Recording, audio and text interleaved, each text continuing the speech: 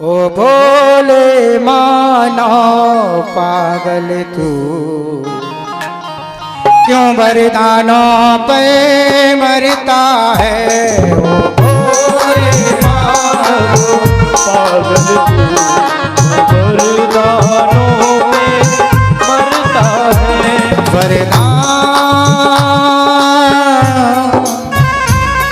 वरदान बलिदान ही जिंदा रहते, वरदान बदलते रहते हैं।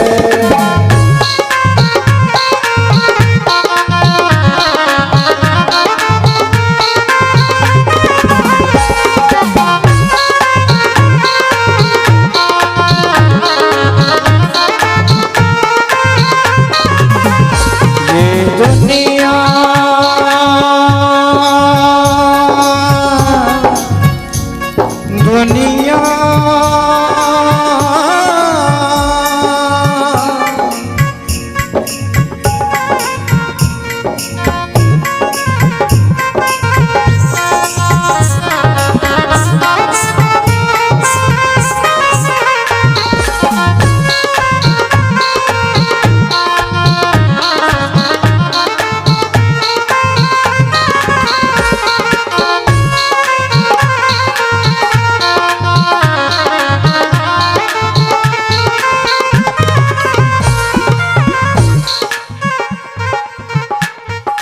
दुनिया मुसाफिर खाना है।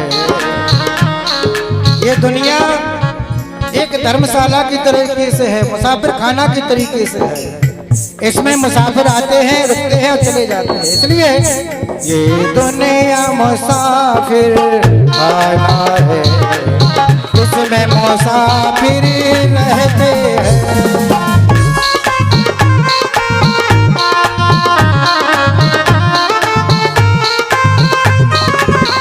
मुसाफिर खाना रहता है यहाँ, मुसाफिर बदलते रहते हैं।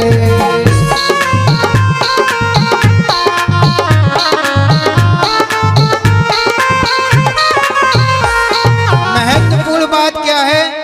एक आता है, एक जाता है। इस मुसाफिर खाने में लोग आते रहते हैं, जाते रहते हैं, लेकिन महत्वपूर्ण क्या है? महत्वपूर्ण बात यह है, एक आता है, एक जाता है, वचन वही निभाता है।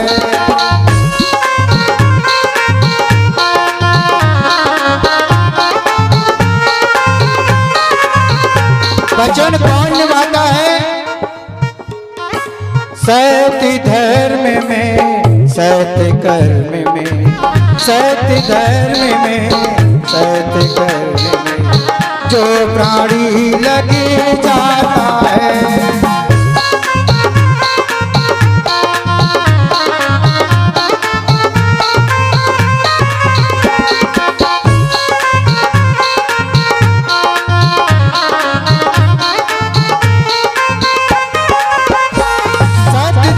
सत्य कर्म में जो प्राणी लग जाता है वही अपने वचन को निभाता है।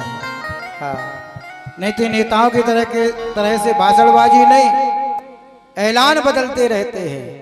जो बातों के पक्के होते हैं बातों पर मर मिट जाते हैं, जो बातों के बातूनी है ऐलान बदलते रहते हैं। वचनों की सत्यता को प्रमाणित कीजिए। वचन यदि किसी को दिया है तो पूर्ण कीजिए, परिस्थितियां जो भी हों, क्योंकि कुल में कीर्ति यश सत्यपरायणता से आती है। व्यर्थ की बात क्यों बोलो? जरूरत क्या है? उतना ही बोलो जितना कर सको।